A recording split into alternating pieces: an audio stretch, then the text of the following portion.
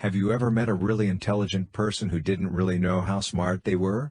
What was your experience with them?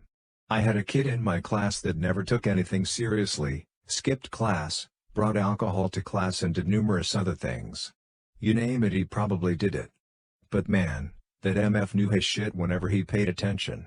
He understood things when other people were struggling to learn whatever was being taught that day: math, science, English, reading, etc. It makes me a little sad because he was always a troublemaker, but deep down I knew that he/was very smart and was capable of doing good in school.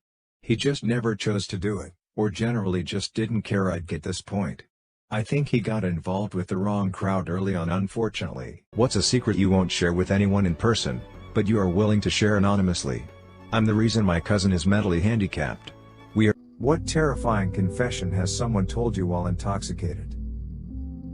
About 5 years ago, my brother had his girlfriend sleeping over at our house because we'd had a family game night and been partying. I should interject here and say that not a single one of my family really ever liked this girl, and to all appearances she had no love for us either. She was extremely antisocial, hardly ever even said hello to any of us when she came over, and her and my brother would spend all of their time up in his room. Anyways, that night they had both come down and socialized, and we had all been drinking quite a lot. Everyone left and my parents went to bed, but I was still up around 3 a.m. and sitting downstairs watching TV and getting stoned when she walked down in a t-shirt and her underwear.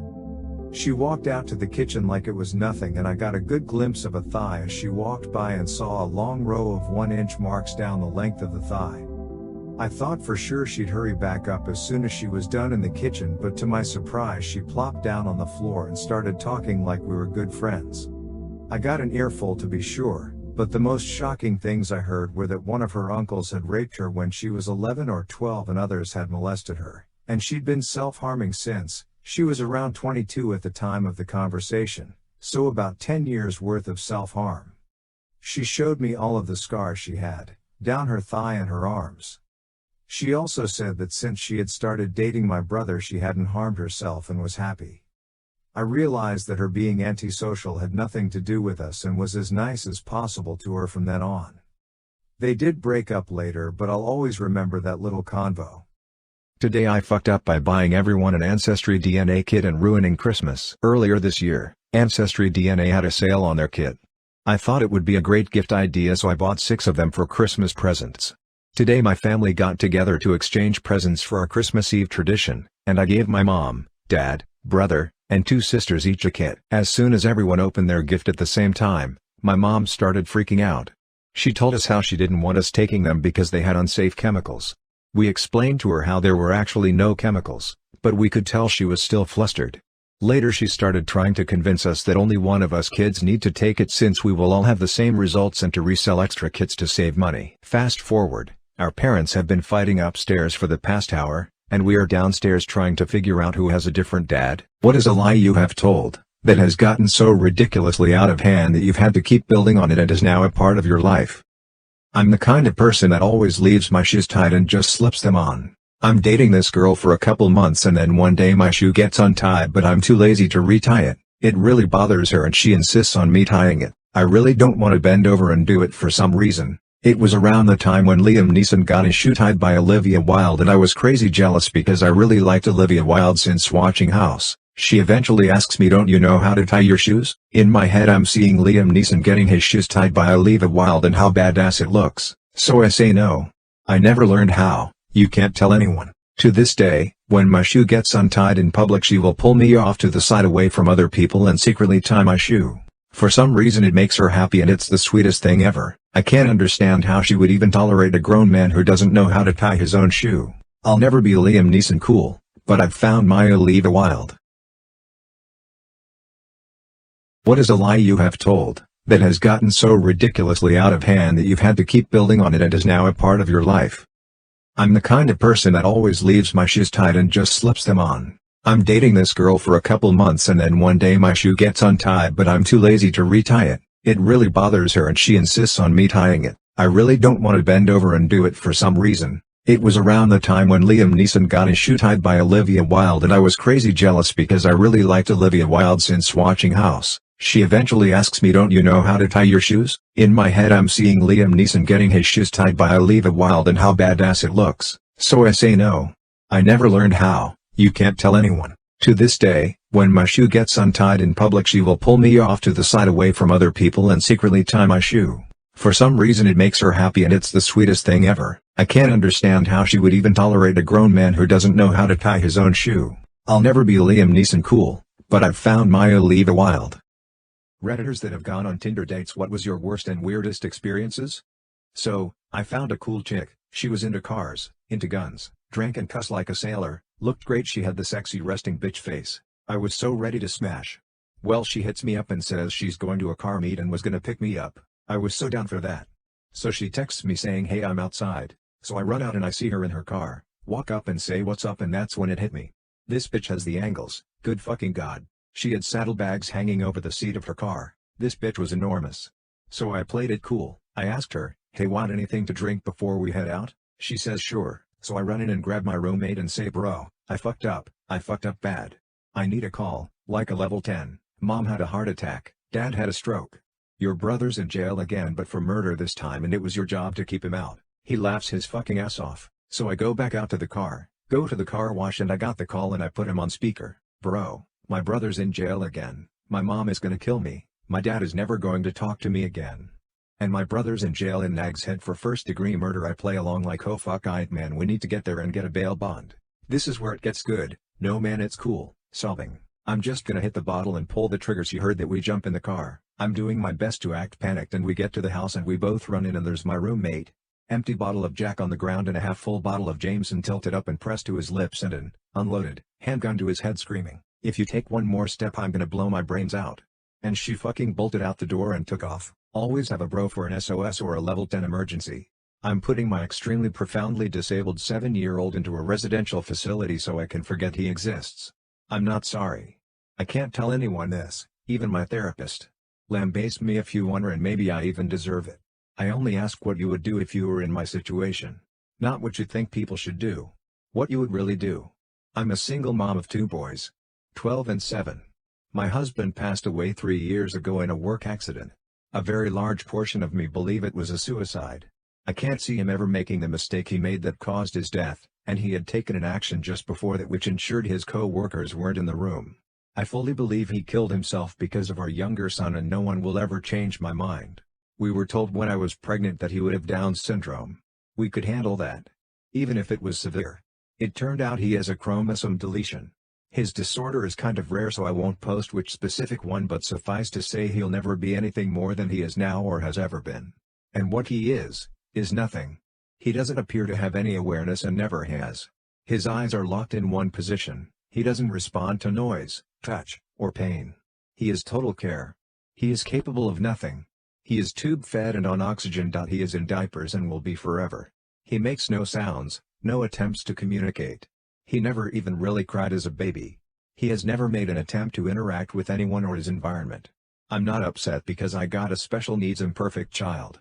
I stood by and allowed my wife to almost kill our son. I was happy she did it. My son was very troubled. From the day he was born, my son just came out wrong. He was planned. My wife and I tried to get pregnant and were ecstatic when he was born. He was wanted and loved. We showed affection on him and really tried to give him a happy childhood. But from the day we brought him home from the hospital, he was miserable. He cried for 13 months straight. I'm not exaggerating. 13 months without a break. He cried until he had no voice left and kept crying. You could see his little face scrunched up and no sound coming out. Totally hoarse. There were times he would literally be crying in his sleep. I've never seen or heard of any other kid able to do that. We brought him to doctors, specialists, tried changing his diet, held him, rocked him, toys, swaddling, music, mobiles, everything we could think of. Nothing worked. 13 months of grating, grinding, no sleep, hell. Once he got over the crying stage, we thought we were out of the woods, but it quickly became clear that for some unknown reason, he was just angry at being alive. I never saw that kid have a genuine, joyous smile once in the time I knew him. I saw him grin a vicious, horrible grin many times, taking a perverse pleasure from causing pain or suffering or breaking a rule, but a smile from real pleasure at something nice? No, never, not once. He had no interest in anything positive. He was fueled by hate, and everything he did was bent toward that. As soon as he could walk, his mission in life was to destroy things. He would break or try to break anything that came in his range. Smash it, chew it, throw it in the toilet, whatever he could. After a while he figured out how to get his diaper off and took great pleasure in pissing and shitting anywhere he could. After a while he figured out he could hide it, and started pissing and shitting in places we wouldn't find right away, grinding it into carpets, making it even more of a problem to clean and making the house stink. When he got older, ages 9 to 15, he would piss and shit in our bed, until we got a lock on our door and he wasn't able to get in anymore. Then he'd just take a dump in the hallway in front of our room. That biological warfare started around 2.5 years old and he never grew out of it. I'll try to speed it up as I could literally go on for days about this stuff. But as he grew older, he became more and more unmanageable. He would bite, kick, scream, scratch and spit at anyone trying to do anything with him. He was kicked out of school twice before he was 9, then let him back in and then kicked him out for good. He had to change schools. The next one put him in a special class that kept him away from the other students. We had to install a door and lock on the kitchen because he would steal knives and use them to gouge the walls, furniture or chase people with them. When he was 10, he stabbed me pretty good in the hip and ass. I still have the scars. As he grew older, he grew darker. He moved into setting things on fire and torturing local animals. There was a stray dog that hung out around the park near our house. My son blinded it in one eye with a barbecue fork. He would dip cats' tails in gasoline and light them on fire. He became a violent, stinking, vicious beast that lived in our house. We couldn't do anything with him. We had the kid in therapy. He saw a psychiatrist twice a week, and had God knows how many different medications prescribed to him over the years. Nothing worked. Therapy didn't work. Meds didn't work. Nothing fucking worked. Serious. What is the creepiest or most unexplained thing that's happened to you that you still think about to this day? I fell asleep on the couch and got up in the middle of the night to go to the bathroom. Once I got there I realized I didn't have to go. I headed towards the bedroom but decided to turn around and go back downstairs to the couch. When I got there I saw my body still asleep, curled up on the sofa. I don't remember what happened after, and I know it had to have just been a dream. But it still freaks me out to this day to think about it. I had a recurring nightmare of a pitch-black parasite sucking the life out of me. Sometimes it waited for me in dark corners to go to bed. My cats always slept on my bed during that time. For me it was a very stressful time. I got an itch at the place of my chest where I dreamed the parasite was sucking my life out of me. I got sick and felt a pea-sized lump. I went to my doc and they ordered a biopsy of that lump. As it turned out I had male breast cancer at the age of 28. After I got well again the dream never came back and my cats slept in their places again and not on my bed. My cat used to visit me after he passed away. I could see him move in the corner of my eye, just at the edge of my vision. Or I could feel his head pressing against my chin, like he used to. This went on for years, and basically stopped when we moved. I miss him. Serious. People who have survived a murder attempt. By dumb luck. What's your story? Thank God for my nosy neighbors. I always used to hate how nosy they were. Until this happened. When I was about 10 I was riding my bike outside. My parents always let me ride my bike outside during the summer, but only up and down the street we were on. One day, a man in a van was parked across the street. He called to me, asking me if I had seen his dog and could help him find it. Me, being a dumb child, offered to help him find it, and I started walking towards his van.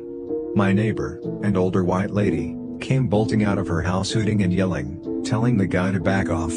The dude got back in his car in a hurry and took off, and it wasn't until many years later that I realized how bad that situation could have been. I have a friend who had a party at his parents' house when he was in high school that a ton of random people went to. He got super drunk during the party and went upstairs to go to sleep, knowing that his friends would watch the party for him. My friend woke up from his nap to a guy from his school sitting on top of him stabbing him to death. He was stabbed 7 times before it stopped and he laid there on the bed dying. The only reason he is still alive is because his best friend came upstairs to ask him if it was alright if he made a frozen pizza and found him. The assailant was put in jail and recently was released, and it scares me to know that a guy who wanted to know what it would feel like to kill someone is still out there free. Well, my mom got mad at me when I was 20 and I didn't give her money for her birthday, which I'm assuming was to pay off drug dealers of hers, so she stabbed me between the ribs. Ended up getting stuck in the bone and had to get it taken out in surgery. People who live rurally, what's the scariest experience you've had that you can't explain? My mother lives alone pretty much in the woods. Completely dark at night, no street lights or lights from neighbors, only a small road leading up to the house. One time in the middle of the night she woke up to clear footsteps on the gravel, you know the sound, and 3 knocks on the front door. She called out hello and looked outside and nothing there, only silence. It might not be a spectacular story, but I would freak out if it was me waking up to that in the middle of the night with no other people around. Unfortunately, it's hard to explain. I was hiking down a trail with my dog in remote northern Wisconsin, when I just got a weird feeling. At the exact same time, the hackles on my dog went straight up and he began acting really anxious. About the same time, I came into a clearing in the woods, and got hit with what I can only describe as a sound wave.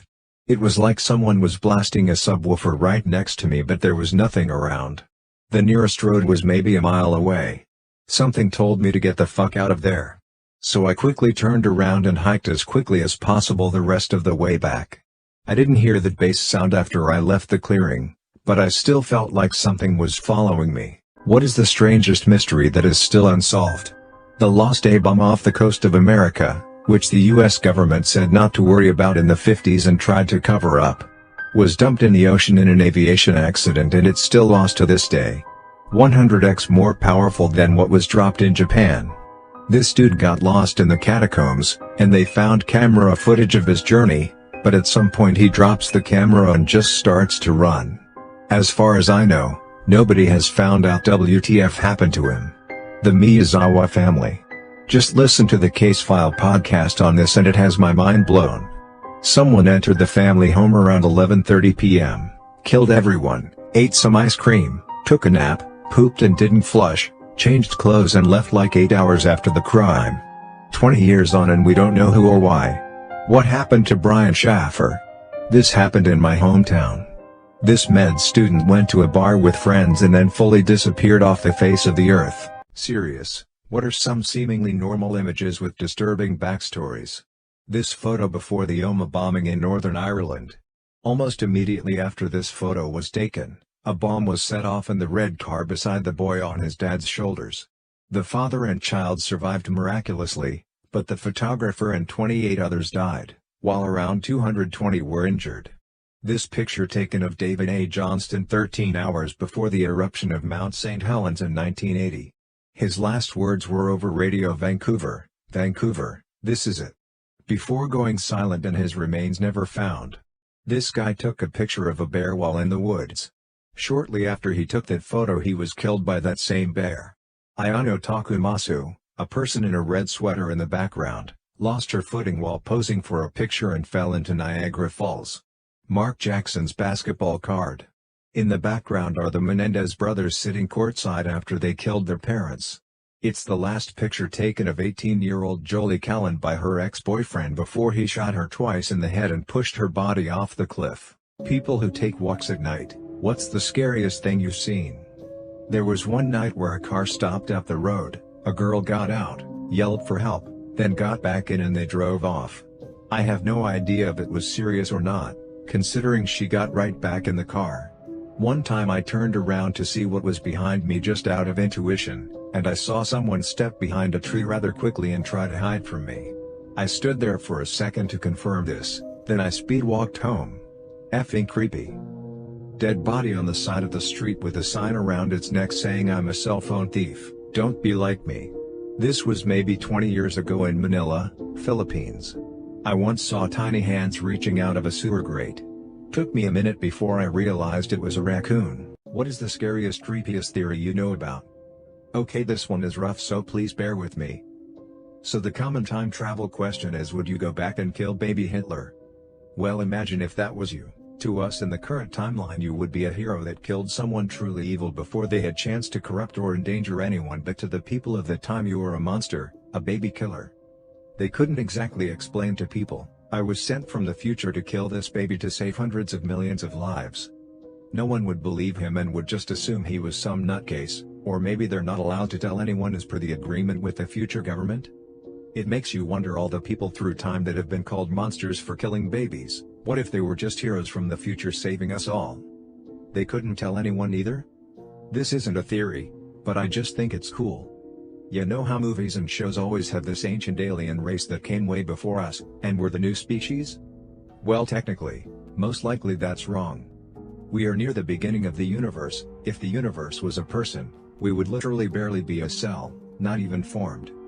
In reality, we are the ancient species, we are the ones that come before, we are the ones some future civilization may see. Just a crazy thing to think about. I have a sleep disorder that causes nightmares and dreams that are often indistinguishable from reality. I live whole lives with partners and kids or work jobs in strange places for decades in full technicolor details and reach old age before waking. Sometimes it's so intense that I sob and grieve for the lost relationships as if my real-life partner has died. I am confused to be my own age and be here now. The theory that this life is a dream simulation type thing feels pretty real to me. My brain seems to create whole viable realities anyway. What the scariest true story you know? The story of the Lake Nyos disaster. The lake periodically belches a cloud of invisible carbon dioxide gas that suffocates everything within a 16-mile radius. In 1986, over 1,700 people and all their livestock died without even understanding what was happening to them. The Nutty Potty Cave incident. A spelunker got stuck upside down in a narrow cave for 26 hours. Crews tried to pull him out with pulleys, but had to be careful not to break his legs, because that could be fatal with the circumstances he was in. Rescuers even almost dislodged him, only for an anchor to fail at the last second, plunging him back into the crevice. He eventually died, and they sealed the cave shut with him inside. I've told this story before. I'm an eye doctor and I had a patient come to me with an infected eyelid 2 other eye doctors tried to treat and failed. They were dumping all sorts of medicine into it and it wasn't getting any better. At this point, it was swollen and painful for weeks with no improvement despite being on tons of meds. Apparently, neither of them thought to flip the lid upside down, you know the gross trick some kids do with their upper eyelids? It was a painful maneuver for her very swollen eyelid, which might explain it. Anyhow, there appeared to be what looked like a visible abscess inside the tissue with thick gooey material. I thought I'd give it a nudge and saw it move. This wasn't an abscess, it was something else. I managed to remove it quite easily in one whole piece. It was a fly larva. The patient told me that she had a bug hit her in the eye a few days before she got this infection. I removed the larva and within 2 days the wound closed and she was 100% recovered on basic antibiotic eye drops. Yes, I do have the photos from this case for those interested. I remember reading ages ago about a guy who was in the military. He got back home after a tour of duty to find his wife and 2 kids dead. They lived in a remote location. Turned out the mom had a sudden heart attack or stroke or something and the 2 little kids had died of starvation or dehydration as they were too young to care for themselves. Serious, what is a surprisingly easy way to accidentally die? I have a friend who ate some Chinese food one day, cashew chicken, to be exact, then went for a run about an hour later. He made the unfortunate discovery that there is an obscure allergy where exercising after eating something with celery in it can cause anaphylaxis. He was minutes away from dying. He survived because a few weeks before that, he discovered his next-door neighbors were paramedics who had saved him after crashing his bicycle in gravel at around 40 miles per hour. He ran to their house and they saved his life. Again. My cousin got up in the night to use the toilet. Tripped in the dark, hit her head, went back to bed and never woke up. Falling off a small ladder just enough airtime to flip over and land on your head. Electricity. We use a ton of it, and it's surprisingly easy to mess up. Picking up a live cone snail at the beach. Thousands die of drowning every year. Ocean currents nothing to F with. Getting really drunk, and then choking to death on your vomit. Slipping in the shower. Back in 7th grade I went to school with a kid. He got an ear infection at first, then in a series of quick unfortunate events, it went to his brain and killed him. Dear security guards of Reddit, what was the most effed up thing you've ever saw on your shift? I've worked security for the past 30 years from working on the doors for clubs to hotel security, but nothing quite stuck with me like this did. It was my second security job. I was working at a big hotel in London. I had the graveyard shift so it was usually super calm. Most shifts I was paid to watch movies and scroll through my phone. This one night however was very different. About an hour into my shift I got a call from reception to say there was an extremely distressed man telling them he was about to be killed and a gang was after him. He spoke very limited English so reception was struggling to fully understand the issue. I checked the cameras and could see the man reaching over the desk trying to grab for the phone so I rushed down from my office. When I got down I took the man into a side room and tried to get him to explain the situation. He begged me to call the police, saying a gang had been following him and they were going to chop him into pieces and kill him. He was extremely scared. I left him in the room and phoned the police. They arrived and talked to the man, and supposedly sorted out the issue. They checked him into a room at the hotel and said they would be back in the morning to interview and discover what has happened.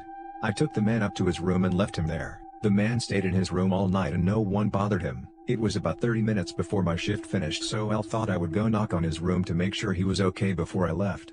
I got to his room and knocked on his door. No answer. I knocked again hard and shouted security. No answer. I was worried for his safety, so unlocked the door and shouted in. Still no answer. I entered the room. It was completely empty. Then suddenly I get a call from reception. The girl was crying her eyes out, shouting for me to get down immediately.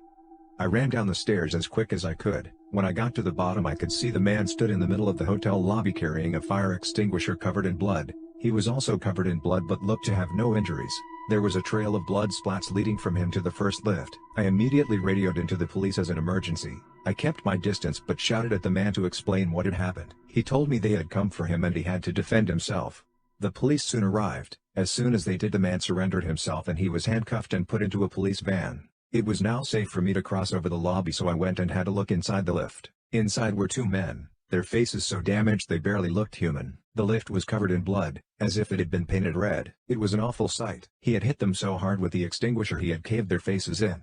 The worst part, the two men had nothing to do with any gangs. They were regulars at the hotel, who Al got to know quite well. They both had kids and families. They were staying over this night to visit a famous art gallery. I never found out what happened to the man who killed them.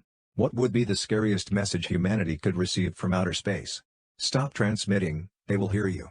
Just a distress signal on permanent repeat. Then another one a few years later, then another one, then another 10, then thousands, then they all just stop. We are sorry, we weren't able to stop them. Just a countdown timer with no other context. You are the last, be better than us. Children laughing, but it's definitely 100% absolutely guaranteed to be coming from near the center of the galaxy. Never camp alone with a camera. I'm 22F, an avid nature photographer. I regularly go on hikes into the deep middle of woods and forests to catch the rarest beauties of nature. Anyway, I head out to this location I've been meaning to go to for a while. Some of my photography friends have been before and got stunning photos of deer, badgers and various rare birds. I drove as far as I could before the woods started, parked my car up in a lay-by, grabbed my tent, camera and supplies and head into the forest. It was quite misty but the forecast said it would clear up overnight. I found a badger den after about 30 minutes of walking into the forest, so decided this would be the perfect spot to set up my camera to hopefully catch some badgers on film overnight. I pitched my tent just far enough away not to disturb or scare the badgers and went over to set up my camera. I had it facing so it would catch lots of the entrances in the same shot. Plugged it into the power pack and left it running. I had a motion sensor so if it was to catch movement overnight it would begin filming. Everything seemed fine. I was in the middle of the woods, away from any paths, so it was very unlikely anyone would disturb me in the night. The next morning I woke up and could see fresh trails around the den, so I knew I would have caught some badgers on camera. I was so excited. I tried to check the footage on my camera straight away but both it and the power pack had died, and unusually the power pack was no longer plugged into my camera. Weird. I was sure I had plugged it in. I just hoped it had enough battery to catch the badgers on film. I'd have been gutted if I'd missed them. Nervous I'd messed up. I decided to head back to my car to charge up my camera and have a look at the pictures. I packed up everything and walked back to the car. It took about half an hour for my camera to charge up and turn back on. It turns on and I go to my camera roll. The first video was of the badger den, but I couldn't see anything there. There must have been some movement to trigger the camera to begin recording but I couldn't see anything within the shot. It was recorded at 2:30 a.m. After about 20 seconds of nothing the recording stops. I flick to the next recording, and it's a photo of my tent. I flick to the next and it's a photo of me alone, asleep, inside my tent. This was followed by about 40 more photos of me sleeping in my tent. The final photo, taken at 5:30 a.m., about half an hour before I woke up, was a picture of my car. I could feel the fear rush over me. My hair stood up on the back of my neck. I began driving and I drove as fast as I could. There was no signal and no one was else around for miles. I managed to get home safely. I still don't know who took the photos or why they were taken. I've not been camping since. People that have gone to jail/prison or worked there, what are your most interesting, funny, scary or gross stories? I was a college instructor teaching in state prisons for several years. At first, I was a bit anxious about being in that environment. After all, I was in a room with about 24 convicted murderers, rapists, child molesters, and drug dealers. It wasn't exactly a welcoming place. But, after about a month, I realized that I had nothing to worry about. I was surprised to find that these guys were willing to put themselves in harm's way to protect the teachers. I had just started my lecture one day when a lockdown was called. Our room was locked, from the outside, and we could not move until it was over. We heard, coming from upstairs, what sounded like a riot breaking out. "Deej, get in the corner," one of my guys said, practically pulling me off my feet and pushing me into the corner furthest from the classroom door. The guys then proceeded, without saying a word to each other, to pile all of the classroom desks in front of the door and stand between me and said desks. They were creating a barrier to keep me safe. It turns out that the riot we heard was not as big as we feared, so the lockdown only lasted about an hour. Afterward, once we got the okay and the room was put back in order, I asked the guys why they did what they did. "Some motherfucker hurts you," one of the guys said, "all the teachers will leave. We don't want to lose our education because some assholes can't control themselves." I am responsible for the deaths of several people. Around 4 years ago, I was a vendor on the darknet. It was a relatively short-lived thing. I was just doing it because I was too lazy to get a job and at the time didn't want to settle for the 9-to-5 thing. I wanted to start my own business, and use the drug money as a startup. I had been using myself for years. Along with it I met lots of people into the dealing scene, and eventually started dealing myself. I have a lot of anxiety though, so I hated meeting up with people in parking lots and I definitely didn't want anyone to know where I lived. That's when I read about the Silk Road and Ross Ulbricht being caught. Got obsessed with the idea of it. Got obsessed with learning OPSEC. All with the goal of eventually using my connections to start up my store. Well, after a couple of months I did. I started my store with 3 drugs, ketamine, meth, and some outdoor weed my buddy was getting for super cheap. All was going good for a few months. Had a couple thousand get stolen in an exit scam, but I had about $25,000 saved at that point so it didn't ruin my life like a few vendors I knew of. Eventually, I met a local connect that came into town only once a week, but had fucking anything I wanted. Mescaline, LSD, mushrooms, PCP, even, and fentanyl. At the time, people weren't really cutting heroin with fentanyl. I mean, I'm sure people did plenty, but it was not nearly as commonplace now. People just did fentanyl, and still do. I put all my addresses into an Excel spreadsheet along with their name, zip code, order, along with the amount. At the time, I was selling some super white powdered mescaline. The fentanyl was also a white powder, very similar consistency. Long story short, my Excel effed up, or I effed up, and about 7 people's mescaline orders were filled in as fentanyl orders. They all went out. I didn't notice and kept doing my thing for a few days. After about 5 days, someone contacted me and told me their friend died from my mescaline. I immediately called bullshit and went to check my order log and scale up how much I had of my mescaline left. Well, I had about 11 grams more than I should have. I still don't know how the F it could have happened. I wasn't a user, but I was definitely high off dabs. I went to check my order log on the market to see if anyone had finalized on their purchase, and a couple of them were, but none from a specific day, including the person that messaged me. No one that had purchased mescaline that day had finalized their orders. The market I was on also had a feature to see the user's last activity, and none of them had logged in at least 3 days, most 2 days. I immediately deactivated my vendor account. I didn't even need confirmation. I knew what happened. I knew I'd just killed several people. I sold the rest of my drugs, converted my Bitcoin to cash, and moved the F away. Didn't speak to anyone for weeks. Found a job in a restaurant, living in a city I always wanted to. I haven't touched drugs since that day. I haven't had anything to do with that life since then. I still think about them every night. I saved their names and Googled them a few days later. I was able to find info on 4 customers that definitely died. One customer shared it with a friend. They both died. I don't know why I'm even posting this, mainly because I have no one to tell, and even if I did, I don't think I could. I spend my days sober, clocking into work, clocking out of work, coming home, playing video games. I'm a complete recluse. People I used to know have distanced themselves immensely, and I know it's because I'm a shell of my former self. I can't help it, but I even tell a therapist about this. I don't feel like I deserve to be alive. Am I really living anyway? I don't even know anymore. Maybe this will help me feel better. Survivors of attempted murder. What's your story? When I was a newborn, my biological father tried to kill me by choking me. It happened in my grandmother's kitchen and my mom bopped him over the head with a frying pan and stabbed him with one of those hot dog pokers you use on the grill. He's always been a real big piece of shit. I'm not sure if this counts exactly since the person wasn't trying to specifically kill me. But when I used to work at Starbucks, a guy was trying to kill his ex-girlfriend by causing a gas leak at our location with all of us still working there. Our shift supervisor smelled the gas and had us evacuate while calling the fire department. I remember thinking, wow, I could have died over some stupid high school drama. Made me realize that every time something bad happens to me, I shouldn't overreact to the point where it inconveniences others like I'm the only person with problems to deal with. Don't want to be like that guy. I worked with this idiot that decided to show off his new pistol before work one morning. My co-worker and I were standing right beside him. I always thought he was kind of a moron, so when I saw him messing with the slide of the pistol I decided to move back a little, and bang, the gun went off. He barely missed me and ending up shooting himself. The police asked if I wanted to press charges. I declined because I didn't want to ruin the guy's life. What is the scariest thing you have witnessed with your own eyes? A job I used to work at, my boss had a heart attack in his office and died in the middle of the shift. The office lights were motion activated, so we thought he left to go something as it was dark. I went into the office to get a new radio and there he was, leaned back in his chair with his eyes wide open. Scariest thing I've ever seen. Saw an old man slip and die at a bus stop in Portland early in the morning when I was a teenager. That was sad. But what really shook me was the way he was picked up by an ambulance. The sidewalk was washed off and they left. Within 15 minutes people were occupying that space waiting for a bus, and it was like it had never happened. 15 years old, driving home from work with my mom late at night. Saw emergency lights ahead and we're eager to see what was going on. It ended up being 3 of my friends, killed on impact in a single vehicle car accident. My mom had just went through that intersection 10 minutes earlier on her way to get me. We stayed there for several hours and watched their cell phones light up in the wreckage before they pulled the car apart to get the bodies out. Dead body whose skin was literally moving because of all the maggots under it. Freaky AF. Truck drivers, what's a creepy story you've got from the middle of nowhere?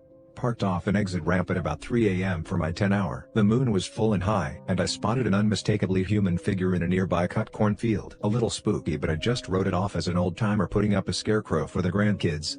Started watching a few YouTube videos before turning in and out the corner of my vision I thought I saw movement. I shut my lights off to get a good look, saw the figure but nothing else. I couldn't be sure, but it looked like maybe it was in a different spot, maybe a little closer even.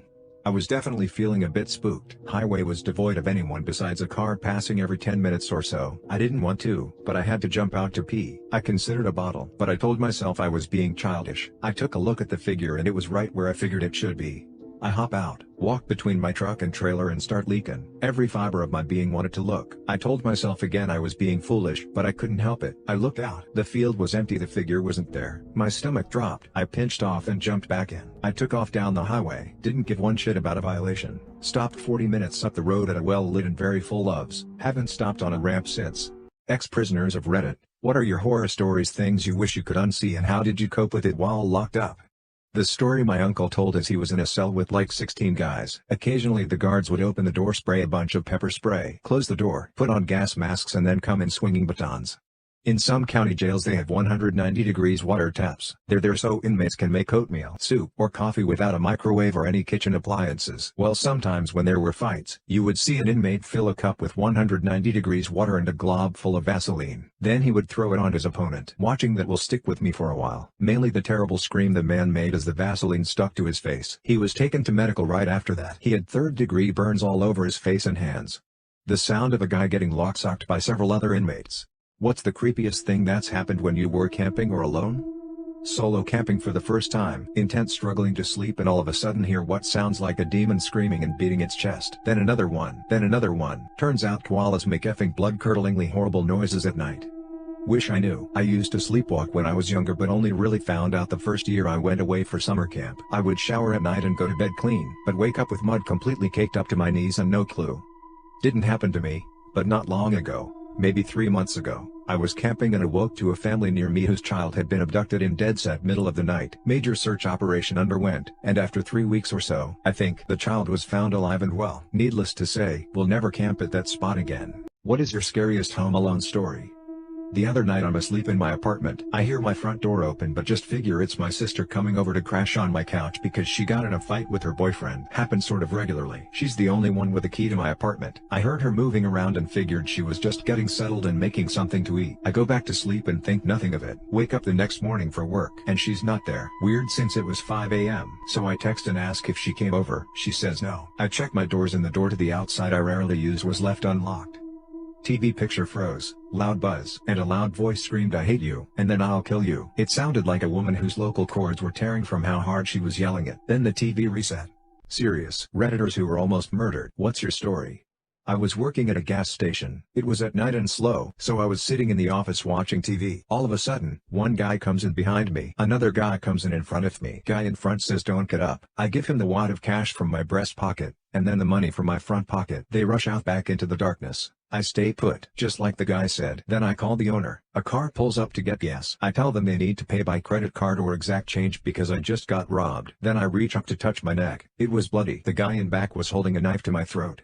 A mentally ill kid in my school stalked me for a week and made plans to kill me. He said it was cause I made fun of him. Turns out he thought I was someone else. So there's that. The teacher said the video footage was creepy. I'd be walking down the halls and he was behind me, just staring. His plan was to put a shank in my neck. A teacher caught him before he stabbed me, and I remember the kid left in police cuffs.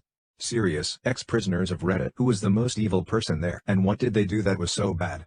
English guy here. I spent 4.5 months in prison in 2018. There was a guy who was really nice. Seemed like a genuine guy. That was until I found out he strangled his drunk wife to death and left her there whilst he went to work the next morning.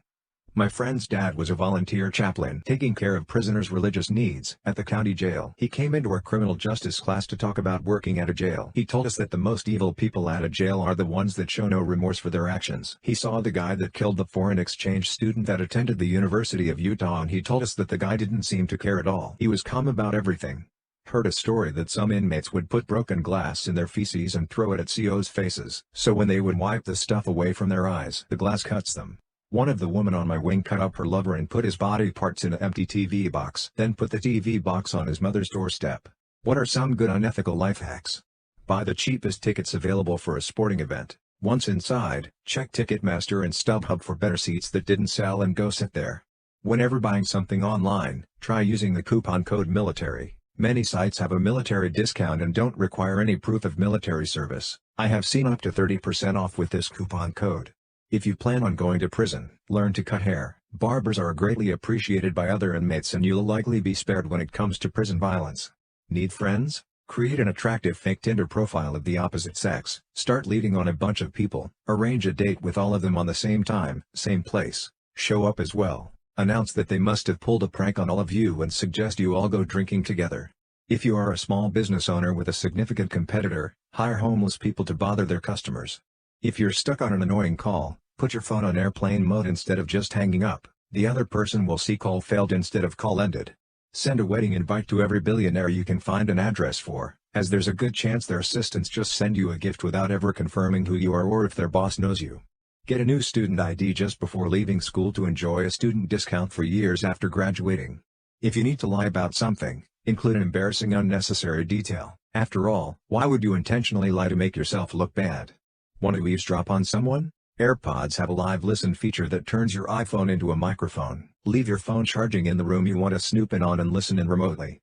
If your child is diagnosed with autism or cancer, save hundreds of thousands of dollars by instantly putting them up for adoption. What's a life-saving tip everyone should know? If a service dog comes up to you, follow them. Service dogs will only leave their owners as a last-ditch effort for help. If you are alone and start choking, you can use the back of a chair or sofa to perform the Heimlich maneuver on yourself. Source: had to do it to myself when I was about 15. If you're ever feeling lightheaded and seeing stars, and just a general feeling of thinking you're going to pass out, lay on your back and put your legs in the air and take deep breaths in and out. The blood from your brain rush down to your feet, and doing this will rush it back to your head. Pick up the phone and call someone if you know they're going through a rough time.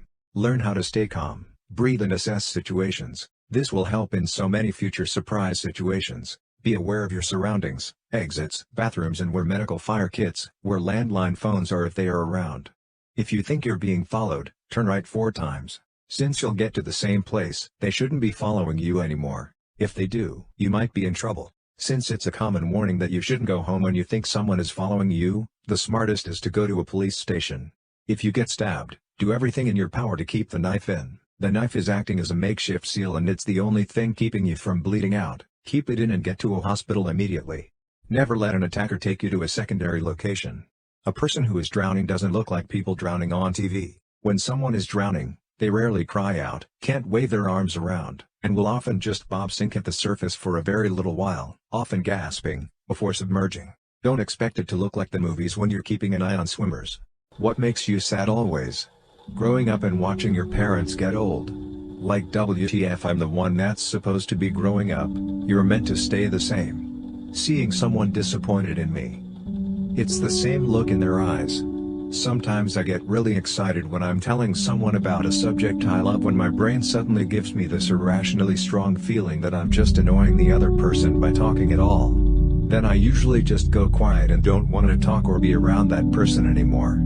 I just want to disappear, because my brain is a bully.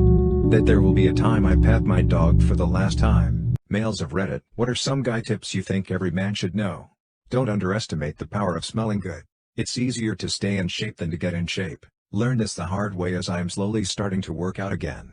Spray the cologne directly onto your skin, before putting on your shirt. Less is more. You want people to smell you when they hug you, not when you enter a room. Look at this guy over here getting hugs. Take it slower. Enjoy it more. Works for most things in life, and for life in general. Brush your teeth every day. Use mouthwash. People won't tell you that you smell like a goat. They will tell others. Lick your hand. Count to 20. Smell your hand. That's what everyone else smells when you exhale. The woman serving you at the shop is smiling at you because she's been told to smile at customers. She's not hitting on you. What do you think the meaning of life is? Existing. I don't know. It's something I've been thinking about a lot lately. I used to believe the purpose of life, or maybe my purpose in life, was doing and inspiring good in others. Like being kind just to be nice to someone. Because you never know what someone is going through. Being anonymously generous, hugging anyone who wants one, even strangers. Stuff like that. These days, I'm tired of it. I could only pour for so long before my cup was emptied. Now I'm wondering if all altruism is inherently selfish. That you go good things not to be good, but to convince yourself that you are. So I've been wondering if there's any real good in this world at all, and if there isn't, then what's the point of it all? I thought a lot about natural ecosystems and the cycle of life. We admire nature and natural beauty so much, but there's no higher purpose to any of it. And maybe that's the point. There are jaguars who will never be seen by humans, I hope. There are wild, beautiful creatures who will never impact anything outside their natural habitats. They teach us nothing, produce nothing. They do nothing but exist. They are born, they eat, and die whether they are eaten or die of disease or old age. There is no purpose to their life other than to live. Their contribution to the circle of life is not why they exist, rather, it seems the circle of life supports every big and little creature's ability to exist within the system. So the meaning of life is not necessarily to be productive in the capitalist sense, or to make things better or gain something from the world. Rather, life is beautiful because it is there. We exist and that is enough. What's the easiest way to ruin your life in your opinion? Fixing your marriage by having a baby. Picking the wrong partner. Drug addiction. I'll take another approach. Car accident. Everything else people are talking about here requires you to go out of your way to make a tempting yet risky choice. Driving is hard to avoid, nobody can do it all the time without making a mistake once in a while. Make it at the wrong time and you're dead/crippled. For something you spend so much energy trying to avoid. Hating yourself. Join the wrong friend group at a young age. It's often one of the main causes for the other ones starting, drugs, crime, teen pregnancy act, and can ruin entire morals. Attempting suicide by shotgun to the head but the blast only takes your face off and you live. An eating disorder will do it pretty damn quick. Allowing yourself to think that your life is ruined. What is a safety tip everyone should know about? In these cold times, don't drive wearing anything you couldn't walk a half mile in. Never mix cleaning products. A falling knife has no handle. Never ever sneak up behind a horse, ever. Sharp knives are usually safer to use. If you're wondering if maybe you should be wearing safety gear, glasses, helmet, gloves, hard hat, the answer is always yes. When you cut wood or metal, the chips fly faster than you are able to blink. If everybody else is staying on the beach, don't go running into the ocean. They might all be staying on the beach for a reason, like jellyfish. I learned the hard way so you don't have to. What is one piece of advice you wish you had when you were younger? Practice talking to people and being with people. Social skills can be learned like any other skill. It just takes patience and practice. Success greets you in private and failure slaps you in public. Don't spend so much time thinking about what other people think of you. They care more about themselves than you. Spend more time discovering yourself and accepting who you are instead of wasting time doing things to get their approval. And when you thought that, whatever drama, comment, snarky remark, etc. was about you, it wasn't really about you, it was about them. I wish I'd known earlier that I would be happier if I stopped needlessly judging people. Being an adult is about running into problems and in one way or another overcoming all of them. No putting off or discarding the ones you don't like. They're your problems and you have to deal with and resolve them. Value the people in your life, don't take them for granted. What is a mind trick you know of? If you ask a question and receive only a partial answer, respond with polite silence. Simply wait. A more complete answer will usually follow. If you're trying to find something, try looking right to left as opposed to left to right. Your eyes tend to skim over things if you search in the direction you are used to reading in, so skim the opposite way. It takes me a bit more effort to do this, but I notice more details. When trying to get away with something sketchy, not illegal per se, but frowned upon, walk into the place like you own it. Don't glance around. Don't even stop for a second or look confused. 9 times out of 10 nobody will question you. You can get away with lots of things that way.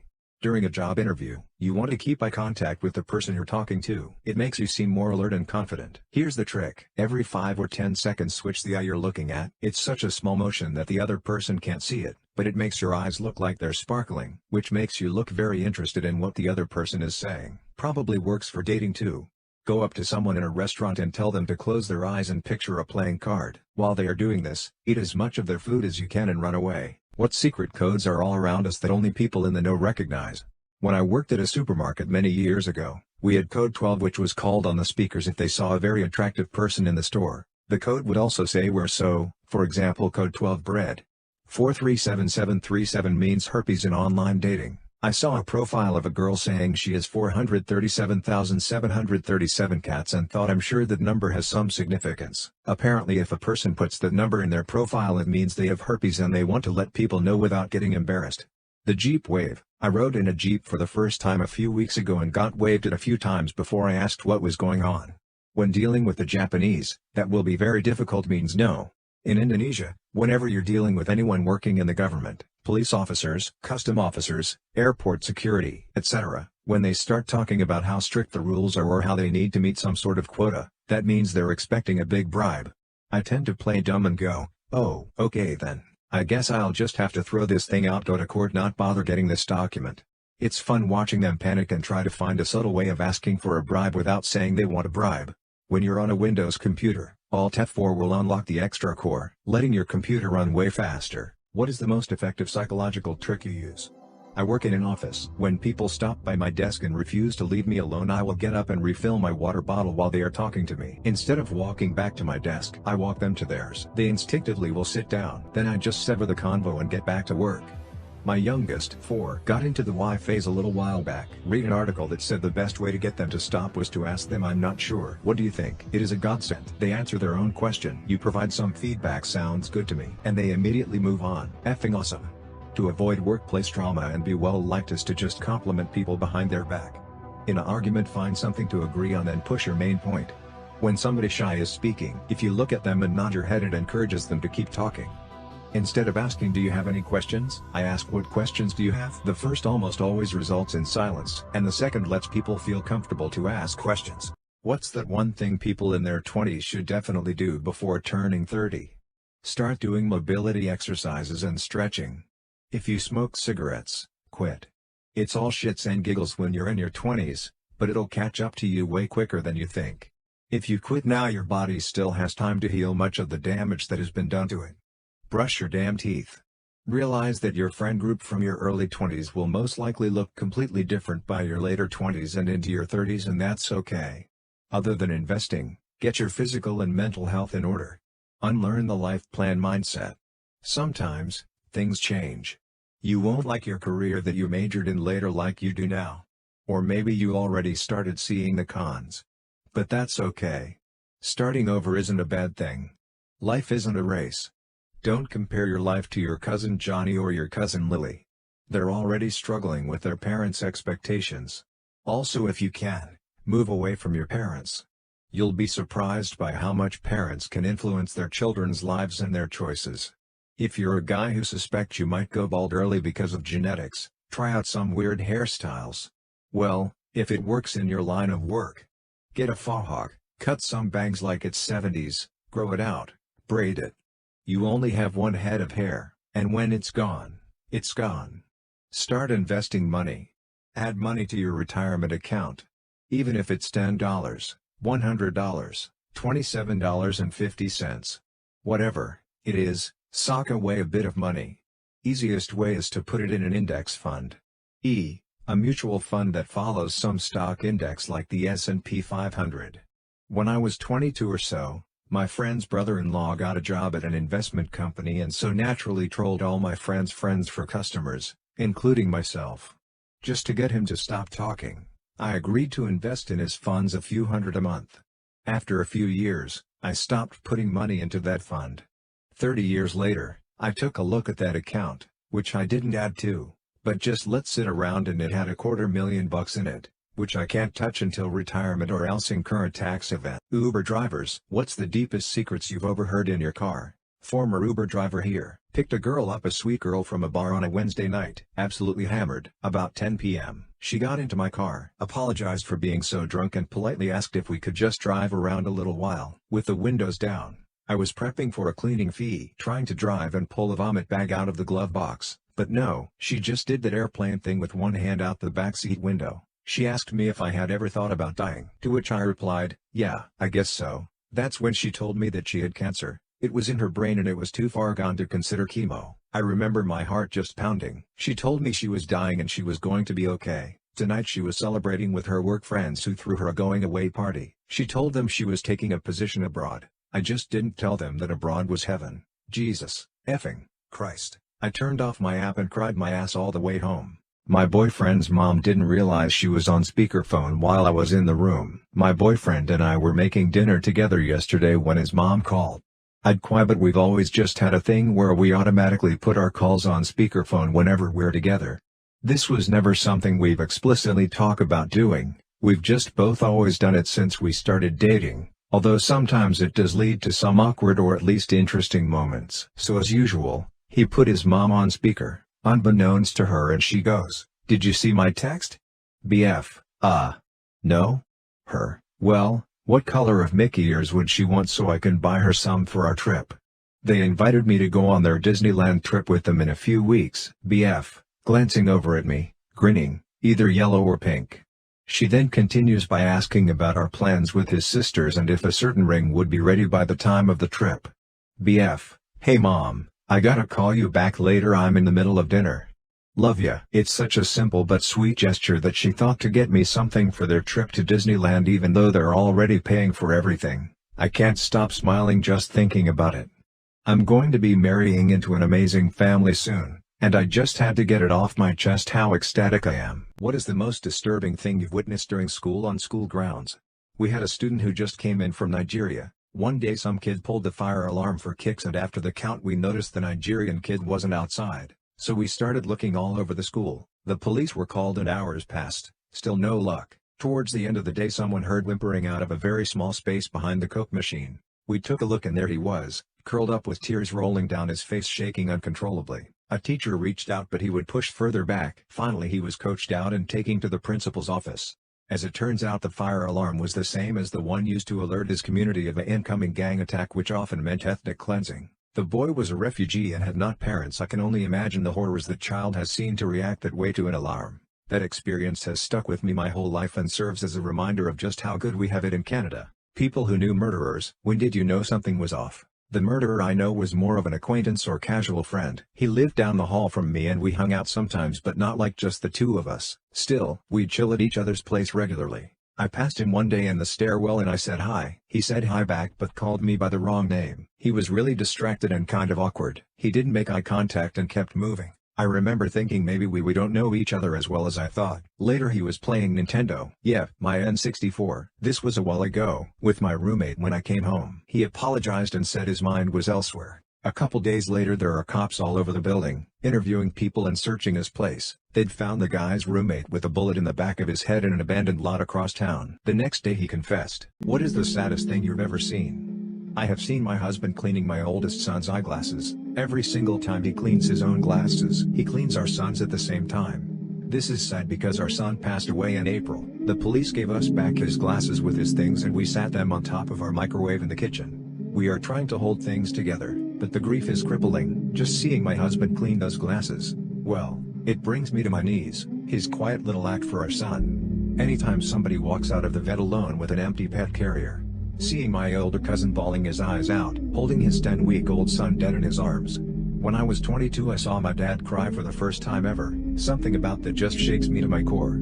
People who knew murderers, when did you know something was off? The murderer I know was more of an acquaintance or casual friend. He lived down the hall from me and we hung out sometimes but not like just the two of us. Still, we'd chill at each other's place regularly. I passed him one day in the stairwell and I said hi. He said hi back but called me by the wrong name. He was really distracted and kind of awkward. He didn't make eye contact and kept moving. I remember thinking maybe we don't know each other as well as I thought. Later he was playing Nintendo. Yeah, my N64. This was a while ago, with my roommate when I came home. He apologized and said his mind was elsewhere. A couple days later there are cops all over the building, interviewing people and searching his place. They'd found the guy's roommate with a bullet in the back of his head in an abandoned lot across town. The next day he confessed. Former racist people of Reddit, what changed your opinion? My uncle by marriage grew up with racist parents.